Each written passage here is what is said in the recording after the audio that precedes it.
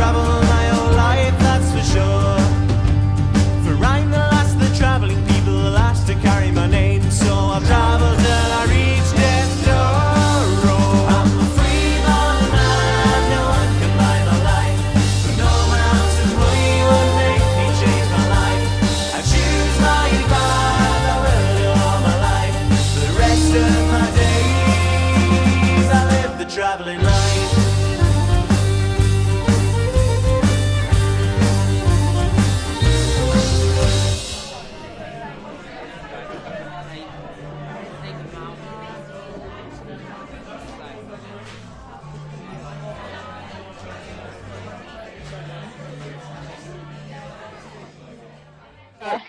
If we go through and introduce ourselves, we've got Dan. Hello, I'm Dan. I play guitar and I sing. And we've got Lizzie. Hi, yeah, I'm Lizzie. I am the fiddle player of Common Culture. And moving on to Chris. Hey, I'm Chris, and I'm the drummer in Common Culture. And last but not least, we've got Evie. Hi, I'm Evie. I'm the bassist in Common Culture. Fantastic to have you all together. So I'm a bit surprised. I didn't expect all the band together, so this is great. Now we have just been having a little chat, haven't we, and talking about how the band came together. Tell us more. Yeah, so me and Lizzie have been playing as Morris and Watson, a folky duo, for the last 10 years or so, always with the ambitions to get a full band with a more electric, kind of punky, rocky folk sound. And then through playing in other bands and playing together, we met Chris and Lizzie used to play in a band together back in the day. And so when we kind of pulled the trigger on launching our own band, it was the first guy we asked and he said yes. So we were thrilled.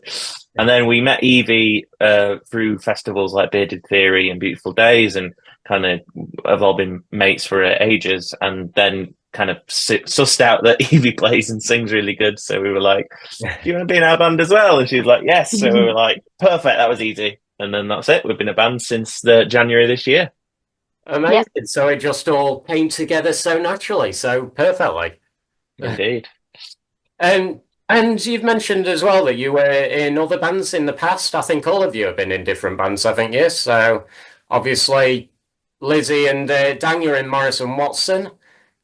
Is that going to change now that you guys are getting married to Morris and Morris or Watson and Watson? Yeah, we talked about Watson Squared and Stereo Watson, but I don't think so. I think we'll keep it as Morris and Watson for now. I quite like both those, Stereo Squared, Stereo Watson. Yeah.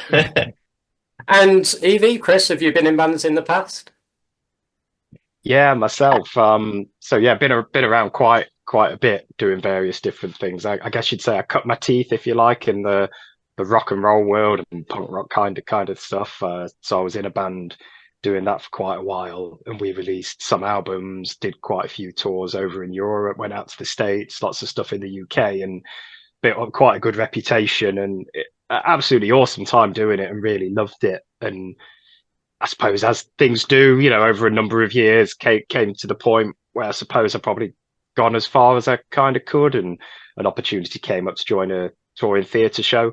So I went out and did a bunch of theatres and some arenas across the country, which was, really, really good time, really excellent experience. And I moved more into the session side of things, I guess you could say. So a lot of drummer for hire kind of work and doing lots of different styles and recording music for different people. But obviously, it's nice being a hired gun, if you like, but obviously making your own music and doing original things is quite a big thing. So I've always kept original bands on the go at the same time. And obviously Lizzie and I played together as well, doing original music some years ago.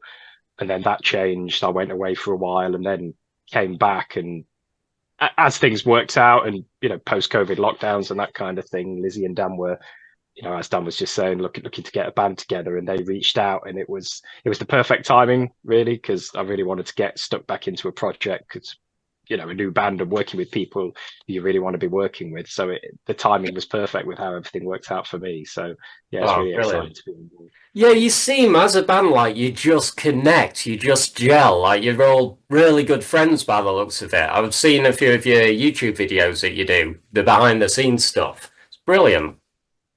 Just Yeah, I think follow the it makes a big difference that the dynamic and people in a band, because I think we've all been around quite a bit in different bands and playing music with various different people, and certainly when I speak for me, it makes a huge difference having a friendship and getting on with people in a band as opposed to just showing up, playing some songs, and going home. And it's funny because a lot of bands you listen to growing up, you always assume they're all best mates and like a gag or something like that. But then you read the biographies and they all hated each other, or they didn't get on, or they all had a separate tour bus and that kind of thing. So it's funny, isn't it? I suppose music brings people together as the common thing, but not everyone always gets on. So I do feel we're really fortunate that everyone does get on, and find some wood somewhere. Touch wood. We've not we've not had a big blowout over anything yet. So yeah, it's nice to. Well, it's like we all sort of like we all pull our own weight in the band, and like we also make sure we like when we're filming videos or whatever, we'll always try and like set out a bit of time where we can just hang out and not do anything, and like just have a drink together,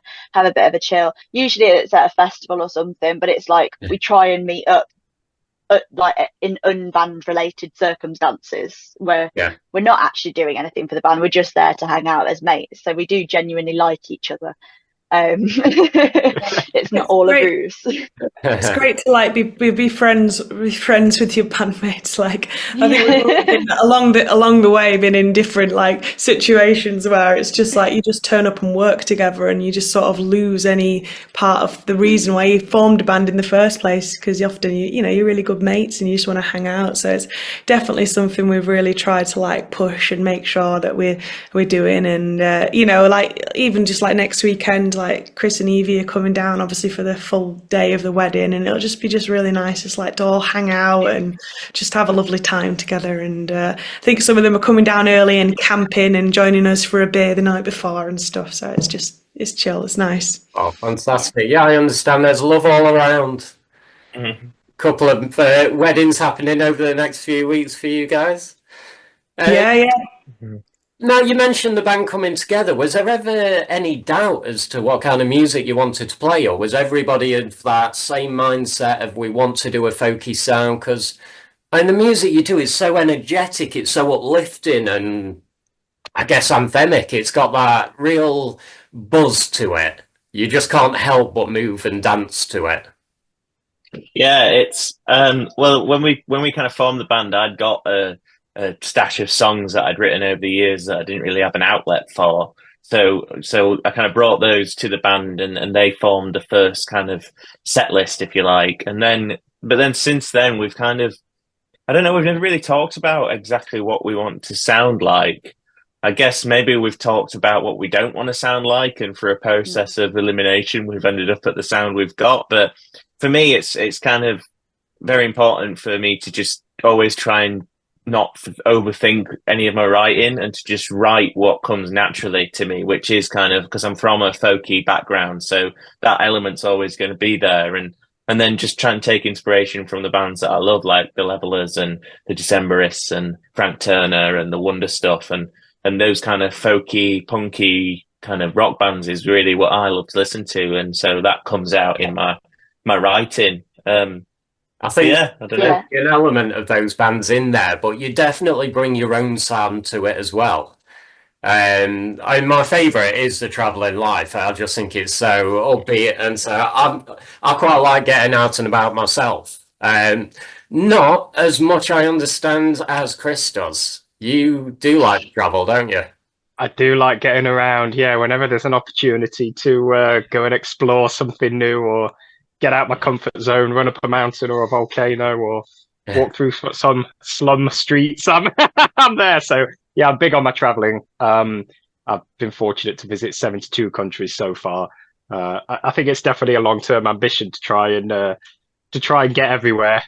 So yeah, I really love it. So whenever there's an opportunity, just kind of jump online, look for a UK flight to click like explore everywhere, and then see where comes up, and if a cheap flight comes up, I'm there. So yeah, this year has been Albania, North Macedonia. I'm off to Norway next week.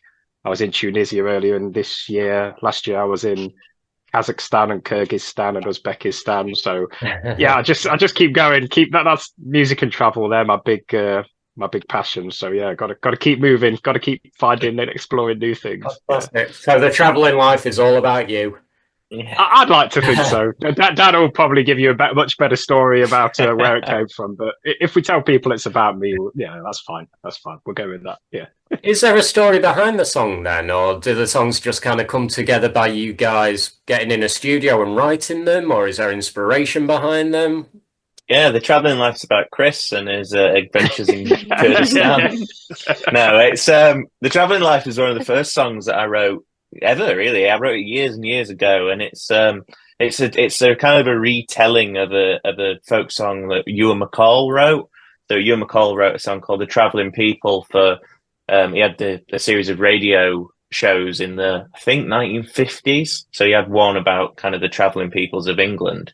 And so he wrote a song for them. And it's my song's kind of a retelling of that, really. And then kind of given a chorus and made into slightly more of a pop song because his was more of a ballad. But yeah, the songs, I've kind of transitioned from writing songs kind of like trying to be a folk singer, songwriter, which are more kind of story songs. And then the stuff I write now is a lot more about my personal life and what I'm going through and kind of just trying to reflect that as honestly as possible. So it's kind of, our set list kind of has it has two feels to it. It has the older stuff, which is a bit more kind of trad folk storytelling. And then some of the more newer stuff is about kind of my life and what I think about the world. Is there an element, I mean, Lizzie, or should I call you Dr. Lizzie? You combine music and what is it you're doing? A degree? Yeah. So at the moment I'm in hopefully my final year of writing up my thesis with the University of Leeds in music and dementia care. So looking at the ways in which we can use musical interventions to assist those living with dementia, which has been really wonderful and interesting and a great way. I've always known I've wanted to do like two things with my life. I've always known I've wanted to do music, and I've always known I've wanted to like help people. So to do a PhD in this, it's just like marries those two sort of cornerstones of what I want to do, and it's just been great because it also, obviously, doing a PhD means you sort of set your own timetable, so it's great because it means I've got lots of time to work on band, and if gigs come up and stuff, we can just head off and do them and just manage my time elsewhere. So it's really good fun, and I really love doing it. So yeah, it's great. I think that's just incredible, sort of bringing music and dementia together and using music as a means to help alleviate stress and help calm people down. Yeah, that's one of my core findings is the ways in which like family carers in particular can use music as a way to influence their like mood and emotional state. So yeah. I actually found out the other day, completely irrelevant, but the song Disco 2000's Pulp, singing about Deborah. Deborah was, she was actually a real woman. I don't know if you've heard of the Brain Box, which helps, especially with children that are suffering with anxiety and stress. But yeah, she won an OBE, I think it was, for the work that she did in her field. Turns out Deborah was some inspirational woman that went on to help millions of people in a very similar kind of sense. Yeah. No way, that's cool. That's it, just one of those little tidbits that people don't really know who she is. It's just a song about Deborah. They met in the fountain down the road and all that. But yeah. No, it's good. When it comes up on the pub quiz, I'll be like, I know this one. I've got this. I've got the winning question. The winning answer. So yeah. So we've heard, obviously, Chris, you do a little bit of traveling. Lizzie, you've got your PhD and everything going up. Dan, you've been in a few bands, Bar Steward, Sons of Aldunican. You've supported Levellers. I mean, that must have been incredible to be supporting a band like that. Yeah, we did it a few times, and it never kind of lost its kind of like how special it felt to be there and being able to have a little nosy on stage and look at what their guitars are and what pedals they're using and stuff was great fun. My little gear nerd was very happy with myself that I got to look at all their setups. But it was great. and hopefully, fingers crossed, one day we'll do it again with Common Culture. That'd be a dream come true, really. I think I Oh yeah. understand. Yeah, you were saying, Evie, earlier that you're quite a big fan of the Levelers as well, so that would be a big thing for you, wouldn't it? Yeah, they were my the first gig I ever went to was seeing them in the Wolverhampton Civic when I was about I don't know whether I was like between 8 and 11. Like I can't remember what exact age I was, but I remember me and my mate going and basically got into the Civic with our mums and immediately went scuttling off underneath all these big burly blokes legs and stuff, scuttling our way to the front and found our way into like what I didn't realise because it was my first gig was the mosh pit. So we ended up by the railing with these like four men sort of making a big sort of semicircle round us, and we were stood in front of John watching him play, but we had these four blokes that were basically making this like semicircle of like protection around us as there were people moshing behind us Your own because band. we were like yeah, we literally had like these four blokes that were just trying to protect these like two little like girls that had just randomly found themselves in the mosh pit at a Levelers gig, and they were like just keeping us safe, which was really I love that memory because it just shows how the fans like kind of look after each other and stuff. It's like exactly what all the fans from the Levelers are like. But yeah, I've got a tattoo as well of the Beautiful Days logo, like the sun and the moon, which was like one of the first tattoos I got, which yeah, it's like they mean a lot, and if we did get to support them, that would be oh man, that'd be amazing. Hopefully, with Dan, you've got a way in there now. Yeah. Personal contact details, surely. No, I understand you've got a few things coming up as well. Dan, Lizzie, you mentioned earlier that you might have a bit of a surprise coming up on your wedding day. Indeed, yes, we've got an exclusive announcement here today that we are releasing a secret single on the 14th of September. It'll come out at midnight, so like it'll be available for the whole day, which is the only love song that we've ever written. And me and Lizzie are so embarrassed to have written an actual love song that we didn't want to put it out. But then Lizzie had the wise idea that if there's one day when we can get it out and it's not too soppy, it's our wedding day. So yes, it's called Never Thought It Would Be You, and it'll be coming out on the 14th of September. There we go, an exclusive. Very much looking forward to hearing that one. So we're expecting a different kind of sound to the normal sound then. This is a bit more ballady, is it? It's a bit more acoustic-y, and it's a bit more chilled, and it's sentimental kind of. We actually wrote it when we went on like a little writers' retreat a couple of years ago to a farmhouse in the Lake District that was literally in the middle of nowhere, like surrounded by just the hills, and didn't have phone signal, didn't have Wi-Fi, and we just kind of went for a week with the dog and just recorded and wrote. And we wrote it there. It kind of just came. We wrote it together, and it just came to us in like an afternoon. And we were like, "Ugh, that's too emotional. We're never going to play that again." And then now we've found a good excuse to put it out there, so we are going to. Fantastic. Well, I'd say if there's any way, any day you can do it, your wedding day is the day you're allowed to be soppy. Exactly as you. Yeah. And gigs coming up then. So obviously we've got a new single in the pipeline. What else is on the way? Yeah, we've got two. Well, obviously we're going to have a bit of a break while Stan and I are on our honeymoon for about a month, and then in November, sorry, we've got two gigs coming up that are quite local to us. We've got one with the in Barnsley, which will be at the New Travellers Inn with Scarfy, who runs Live in Barnsley. He's a promoter in the area, and he's shown a lot of support for us. So we're really excited to be back working with him. So we've got a gig then on the 6th of November, and then following that, on the 23rd of November, we are playing Damien O'Kane's Folk Cancer event, which is at Penistone Paramount, and we were absolutely buzzing when he asked us about this, because when we looked at the lineup, it just had all these folk legends. He's got Kate Rusby, he's got Mike McGoldrick, he's got Eddie Reader, he's got Martin Joseph, Catherine Priddy.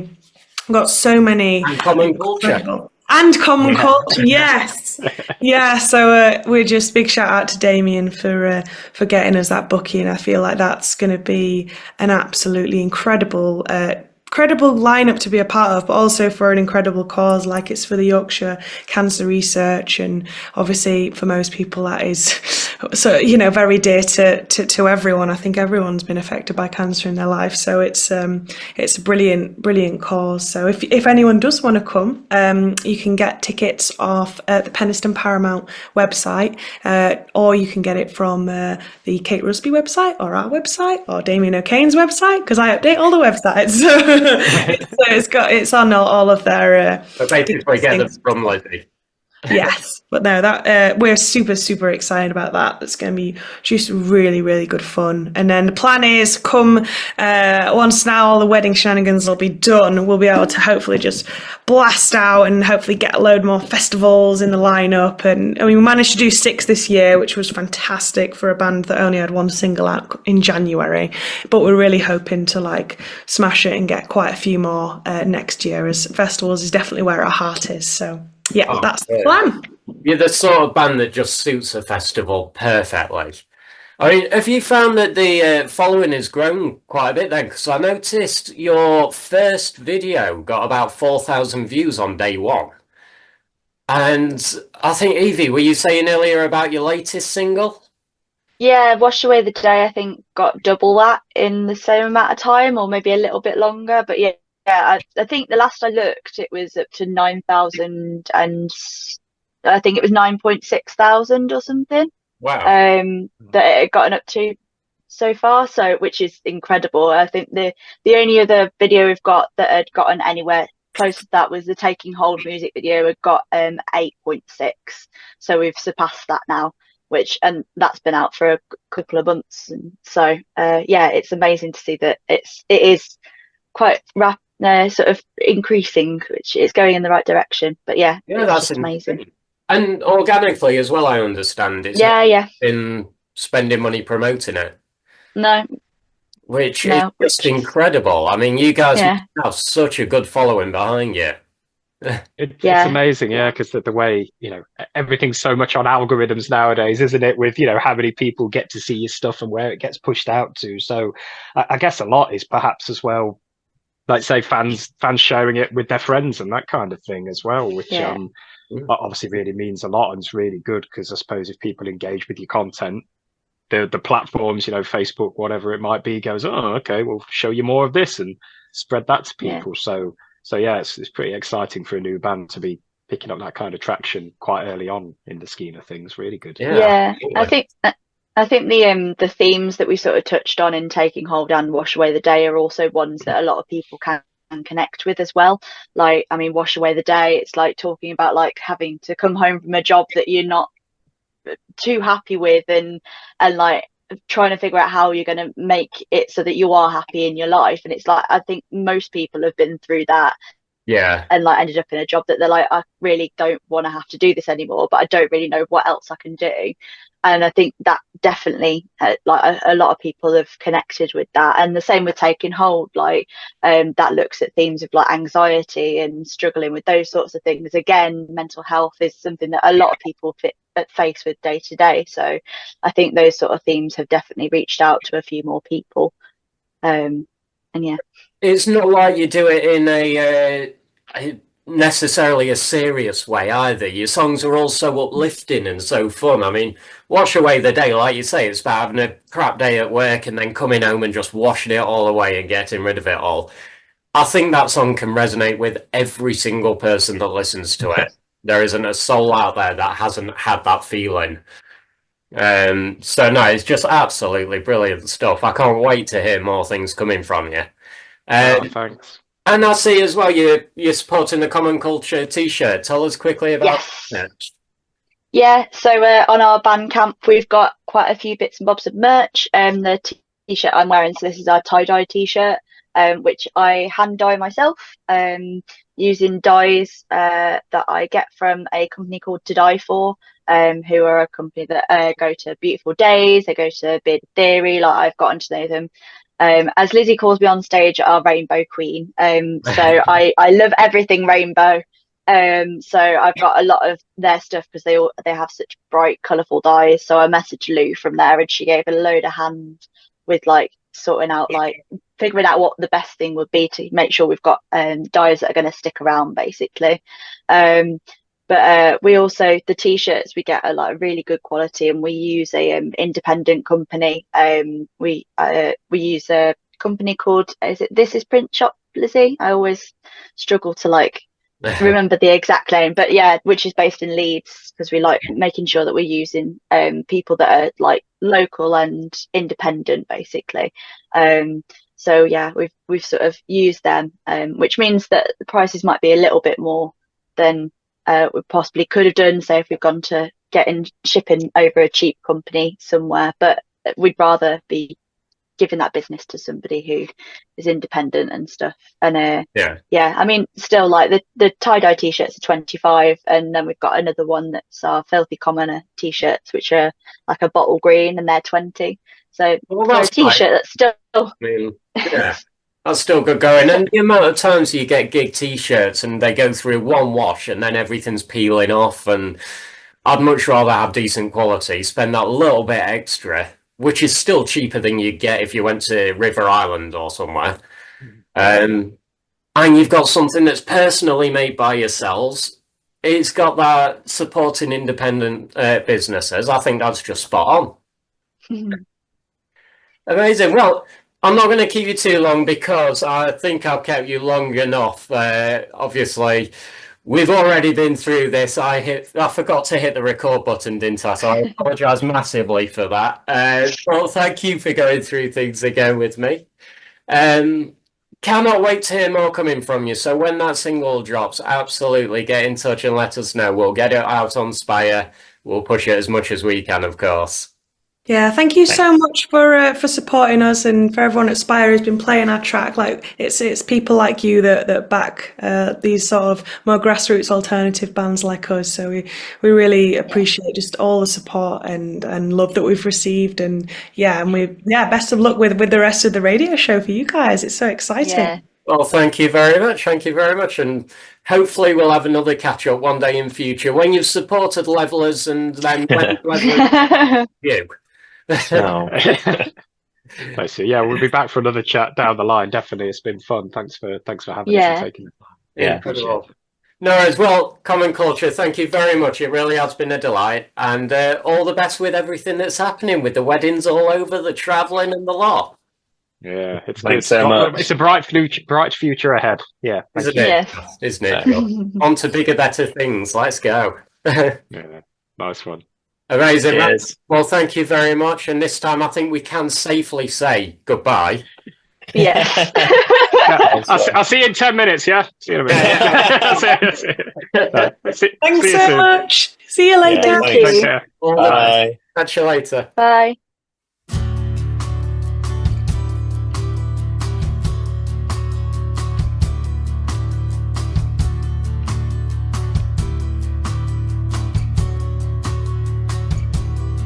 I got a job as a kitchen porter, and I make less than £8 an hour. When I get home I have to shower to wash away the day. And I know it's not what my parents wanted, the opportunities I've squandered. When I get home I have to shower to wash away the day. But the question is so confusing. What do you want to be doing? How do you want to live your life so you don't have to watch the days away? When there's just no way of knowing where my life is going. I just want to live my life so I don't have to watch the days away. I lost my job as a kitchen porter, so now I'm on the streets of Busker. When I get home I have to shower to wash away the day.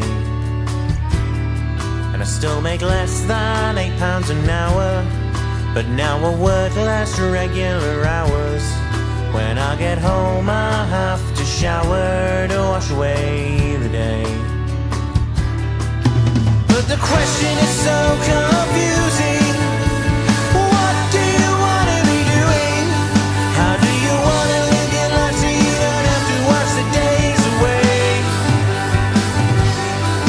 When there's just no way of knowing where my life is going. I just want to live my life so I don't have to watch the days away. Surround yourself with those you love, and the world will wash itself away. Surround yourself with those you love, and the world will wash itself away. Surround yourself with those you love, and the world will wash itself away. Surround yourself with those you love, and the world will wash itself away. But the question is so confusing. What do you want to be doing? How do you want to live your life so you don't have to watch the days away? When there's just no way of knowing where my life is going. I just want to live my life so I don't have to watch the days away. I just want to live my life so I don't have to watch the days away.